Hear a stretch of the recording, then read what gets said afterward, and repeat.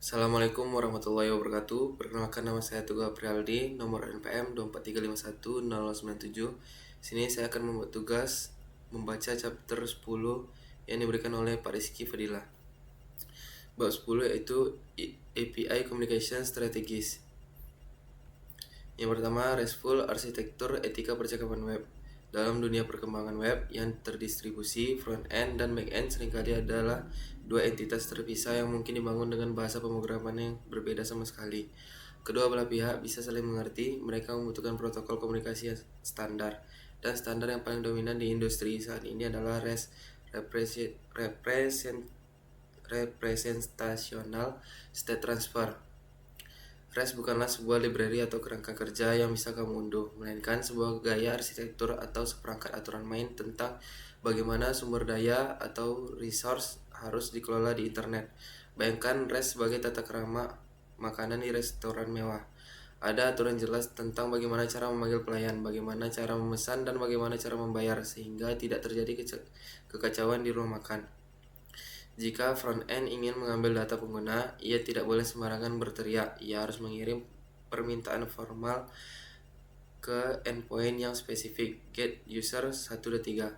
Ketaatan pada aturan ini adalah yang membuat API menjadi predictable, mudah ditebak, dan mudah digunakan oleh pengembangan lain tanpa perlu membaca dokumentasi yang terlalu tebal. Salah satu pilar utama REST adalah penggunaan HTTP first secara semantik yang seringkali diabaikan oleh pengembangan pemula yang malas. Banyak pemula yang tergoda untuk menggunakan POST untuk segala hal, mulai dari mengambil data, menyimpan, hingga menghapus hanya karena POST bisa membawa data dalam body. Padahal setiap kata kerja memiliki makna filosofi yang sendiri. GET hanya untuk mengambil data tanpa mengubah apapun di server idempotent. POST untuk membuat sumber daya baru, PUT untuk mengganti sumber daya secara keseluruhan, patch untuk memperbarui sebagian kecil data, dan delete untuk menghapus. Menggunakan kata kerja yang salah sama membingungkan dengan mengganggu untuk bilang tidak, untuk mengelengkan kepala bilang ya. Semantik yang sebenarnya mungkin infrastruktur internet seperti cache, proxy, dan CDN untuk bekerja optimal karena mereka tahu bahwa request get aman untuk disimpan di cache, sedangkan POST tidak. Selain kata kerja, elemen krusial lainnya dalam komunikasi REST adalah HTTP status code. Server tidak bisa berbicara dengan manusia, jadi ia menggunakan kode angka 3 digit untuk mengekspresikan perasaannya terhadap request yang kita kirim.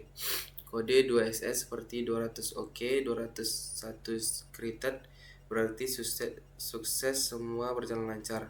Kode 3XX berarti barang sudah dipindah, silakan ke alamat baru. Kode 4XX seperti 400 bad request, 401 unauthorized, 404 not found adalah cara server menyalahkan klien. Kamu yang salah, data kamu diminta, tidak ada satupun atau format yang ngawur. Terakhir, kode 5XX adalah pengakuan dosa server. Maaf, yang salah adalah kabel yang putus di dapur saya. Mengembalikan 200 OK padahal di dalamnya berisi pesan error adalah dosa besar dalam arsitektur REST karena membingungkan sistem monitoring otomatis. Arsitektur REST juga memegang teguh prinsip statelessness, yang berarti server tidak boleh menyimpan ingatan apapun tentang interaksi sebelumnya dengan klien yang sama. Setiap request yang dikirim harus memuat semua informasi yang diperlukan agar server bisa memahaminya, termasuk token autentikasi. Server tidak boleh berkata, oh ini request dari Budi yang tadi baru saja login. Server harus melihat token di setiap request dan memverifikasinya ulang setiap saat. Konsep ini mungkin terdengar tidak efisien, tapi inilah kunci skalabilitas di cloud. Karena server tidak perlu mengingat sesi penggunaan di memori RAM. Kita bisa dengan mudah menambah jumlah server tanpa pusing memikirkan sinkronisasi memori antar server. Request pertama Budi bisa dilayani dengan server A, dan request kedua dilayani server B, tanpa masalah sama sekali. Menjadi arsitek RESTful yang baik berarti kamu harus disiplin, menahan diri untuk tidak menciptakan aturan sendiri yang aneh-aneh. Ikuti standar industri yang sudah ada, gunakan URL yang mempresentasikannya, kata benda, dan memanfaatkan fitur protokol HTTP semaksimal mungkin. API yang baik adalah API yang membosankan karena ia berperilaku persis seperti yang diharapkan semua orang. Tanpa kejutan, ketika antarmuka komunikasimu standar, tim front-end dan back-end bisa bekerja secara independen dengan kecepatan tinggi karena kontrak bekerjanya sudah jelas dan disepakati bersama. 2. JSON dan data formatting, bahasa persatuan. Jika HTTP adalah kabel teleponnya, maka JSON adalah bahasa yang digunakan dalam percakapan di telepon tersebut. 2 dekade lalu, dunia web didominasi oleh XML yang sangat verbose, penuh dengan tag pembuka dan penutup yang memakan bandwidth dan sulit dibaca manusia. JSON hadir sebagai penyelamat dengan format yang jauh lebih ringkas, ringan, dan secara alami, secara selaras dengan struktur objek di JavaScript. Hari ini, JSON telah menjadi standar de facto untuk pertukaran data, tidak hanya di web tetapi juga di konfigurasi sistem, database, NoSQL, dan komunikasi antar layanan mikro. Kesederhanaan JSON yang hanya terdiri dari key value pairs, array, dan tipe data primitif membuatnya bisa diproses dengan secara cepat oleh mesin apapun dari server superkomputer hingga jam tangan pintar. Namun kita harus ingat bahwa saat data terbang melintasi jaringan internet, ia tidak terbang dalam bentuk objek JavaScript yang hidup. Kabel internet hanya bisa mengantarkan teks atau byte binary. Oleh karena itu, terjadi proses yang disebut serialization di sisi pengirim, di mana objek data diubah menjadi string JSON panjang. Di sisi penerima, terjadi proses kebalikannya, yaitu deserialization, di mana string disebut diurai menjadi objek memori yang bisa dimanipulasi kode. Di JavaScript, kita menggunakan JSON string free untuk merealisasi dan JSON pairs untuk deserialisasi. Operasi ini, meskipun terlihat sepele, adalah operasi sinkron yang memblokir CPU. Memparsing string JSON berukuran 50 MB bisa membuka server Node.js kamu selama beberapa detik. Jadi berhati-hatilah dengan ukuran payload data yang kamu kirim. Masalah arsitektural yang sering muncul dalam penggunaan JSON adalah ketidakkonsistenan format respon. Hari ini backend mengirim user, besok mengirim data, dan lusa mengirim array langsung. Ketidakkonsistenan ini membuat kode front-end menjadi penuh dengan pengecekan kondisi yang defensif dan rentan bug. Untuk mengatasinya, arsitek senior biasanya menerapkan envelope pattern. Dalam pola ini, setiap respon API selalu dibungkus dalam struktur objek yang standar sama, biasanya memisahkan antara data dan meta. Dengan envelope yang konsisten, frontend bisa membuat satu fungsi pembungkus global untuk menangani semua request dengan cara yang seragam. Isu lain dalam format data adalah penanganan tipe data yang tidak didukung oleh JSON seperti date atau unfinite. JSON tidak mengenal tipe data tanggal, ia hanya mengenal string. Jadi jika kamu mengirim objek tanggal, ia akan dikonversikan menjadi string format ISO 8601. Di sisi penerima, string ini tidak otomatis berubah menjadi objek date. Ia tetap string. Front-end harus secara manual mengonversikannya kembali jika ingin melakukan operasi tanggal. Ini sering menjadi sumber bug invalid date yang menyebalkan. Praktik terbaiknya adalah menyepakati format tanggal di awal proyek dan menggunakan library pengelola tanggal untuk menangani konferensinya menjadi konsisten. 3. GraphQL Overview mengambil sebuah kebutuhan. Meskipun REST sangat populer, ia memiliki kelemahan fundamental yang mulai terasa saat aplikasi mobile dan front-end menjadi semakin kompleks. Masalah pertama adalah overfetching. Klien harus mengunduh data lebih banyak dari yang dibutuhkan. Bayangkan kamu hanya ingin menampilkan nama pengguna dan foto profil di header aplikasi, tetapi getPoint user ini dari REST mengembalikan 50 kolom data, termasuk alamat lengkap, riwayat pesanan, dan nomor sepatu. Ini adalah pemborosan kuota data pengguna dan baterai ponsel yang sia-sia. Masalah kedua adalah underfetching.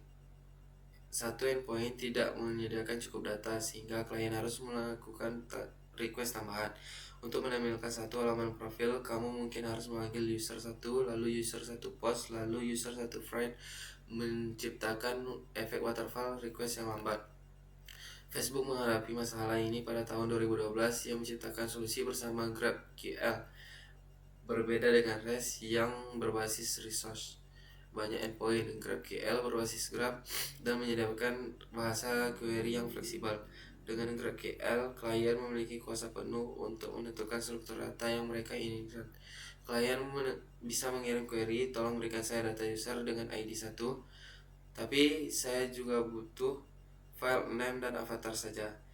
Server akan membalas dengan JSON yang persis seperti pesanan tersebut, tidak lebih dari dan kurang. Ini seperti makanan di restoran prasmanan di mana kamu mengambil lauk sesukamu dibanding res yang seperti menu set meal yang tidak bisa diubah isinya. Jantung dari GraphQL adalah skema, sebuah kontrak tipe data yang kuat yang mendefinisikan apa saja yang tersedia di API. Di skema berfungsi sebagai dokumentasi hidup yang bisa divalidasi secara otomatis. Jika front-end mencoba meminta file yang tidak ada di skema, tools pengembangan akan langsung memberikan peringatan error bahkan sebelum kode dijalankan. Ini sangat berbeda dengan REST yang dimana kita sering harus menebak-nebak nama file atau membuka dokumentasi PDF yang sudah kadaluarsa. Skema GraphQL juga memungkinkan fitur introspection di mana tools seperti GraphQL atau Apollo Sandbox bisa menelusuri seluruh dokumentasi API secara otomatis, memberikan pengalaman pengembang yang luar biasa. Kritik lain terhadap GraphQL adalah kompleksitas implementasi di sisi backend. Membuat server GraphQL yang efisien jauh lebih sulit daripada membuat server REST sederhana. Developer backend harus memikirkan masalah resolver N+1, di mana satu query bersarang dalam bisa memicu ribuan query database secara tidak sengaja, mengubah performa server. Selain itu, memberikan kebebasan penuh kepada klien untuk melakukan query apa saja yang bisa berbahaya. Peretas bisa mengirim query yang sangat kompleks ke dalam untuk membuat server overload. Karena itu, server GraphQL membutuhkan mekanisme pengamanan tambahan seperti query depth limiting atau complexity analysis. Jadi kapan harus memilih GraphQL dibanding REST? Gunakan GraphQL jika aplikasimu memiliki relasi data yang sangat kompleks, melayani banyak klien dengan kebutuhan data yang berbeda-beda. Atau jika kamu ingin mengurangi jumlah request jaringan secara drastis di area dengan koneksi internet yang buruk. Namun aplikasi sederhana dengan pola akses data yang lurus dan standar. REST tetaplah solusi yang sederhana, lebih mudah di cache, dan lebih batang. GraphQL bukanlah pengganti REST untuk segala situasi. Ia adalah alat spesialis untuk masalah spesifik dalam distribusi data yang fleksibel. 4. Fetching data ala server. Setelah memahami protokol dan format data, kita membutuhkan alat teknis di kode JavaScript untuk benar-benar melakukan panggilan telepon ke server. Selama beberapa tahun, standar ini melakukan menggunakan objek XML HTTP request yang API-nya sangat buruk, bertele-tele, dan berbasis callback hell. Untungnya browser modern kini menyediakan API bawaan yang jauh lebih elegan bersama fetch berbasis promise yang memungkinkannya digunakan bersama sintak async dan await modern. Kode pengambilan data yang dulu dibutuhkan 20 baris kini ditulis dengan 3 baris.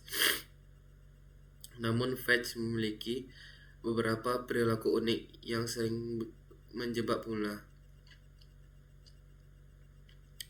Salah satunya adalah cara fetch menangani error. Secara default, fetch tidak akan menganggap status HTTP 404 atau 500 sebagai error yang harus di-catch. Bagi fetch, selama request berhasil terkirim dan server berbalas, itu dianggap sukses.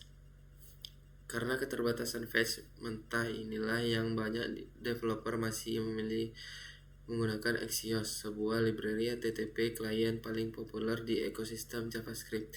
Axios menawarkan quality of life improvements yang signifikan.